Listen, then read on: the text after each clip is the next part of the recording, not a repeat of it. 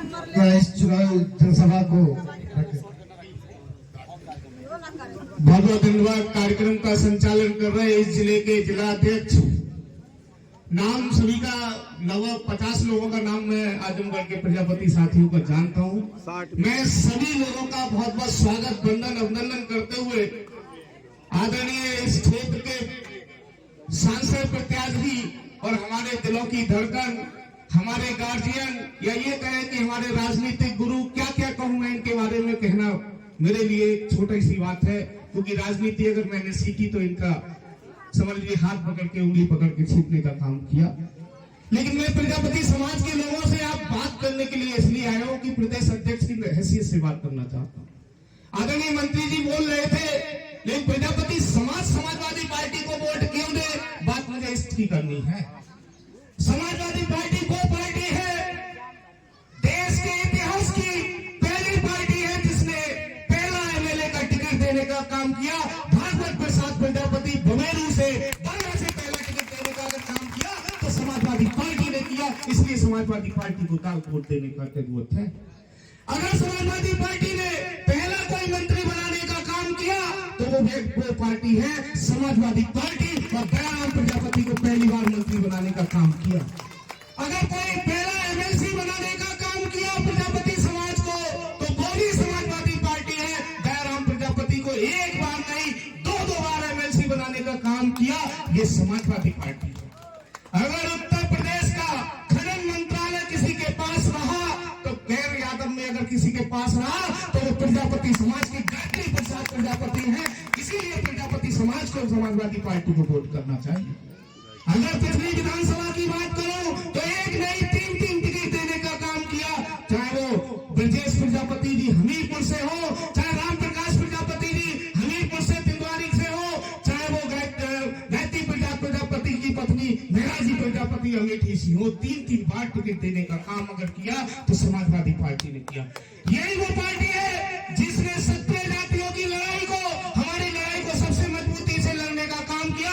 14 अप्रैल 2005 का वो दिन मुझे याद है जब पहली बार माननीय नेताजी ने हमारी जाति को अनुसूचित जाति में शामिल करके प्रमाण पत्र दाखिल करने का काम किया था, और 18 महीने वो प्रमाण पत्र हम लोगों के बने।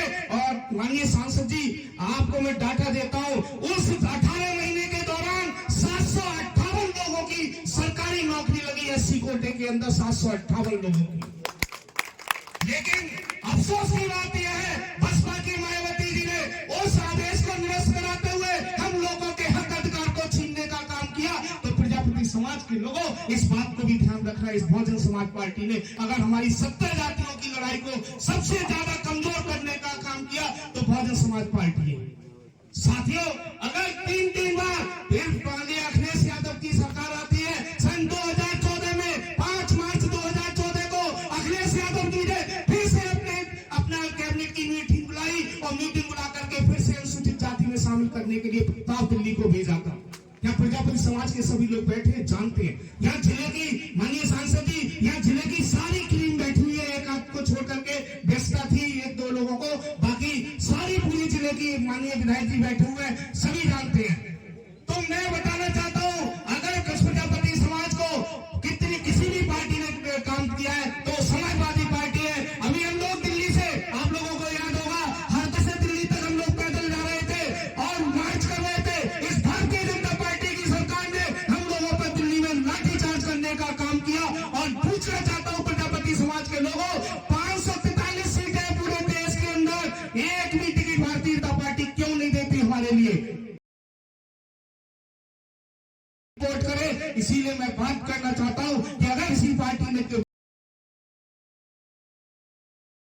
चाहे पट्टे देने का काम किया हो, 2005 में जब नेता थे तो पट्टे देने का काम पहली बार किया था, और माननीय सांसद बधाई से आए 2.5 बीघा का पट्टे देने का काम अगर किसी ने किया तो समाजवादी पार्टी की सरकार। और मैं एक बात कहना चाहता हूं, अभी हमारे उम्मीद यादव जी बता रहे थे कि एक हीरा मिला है आप लोगों के लिए, हम लोगों के बीच में से आया है। हम जानते हैं कि 15 साल सांसद जी ने हमारे साथ देने का काम किया है, तो इसीलिए को संभाल के रखना।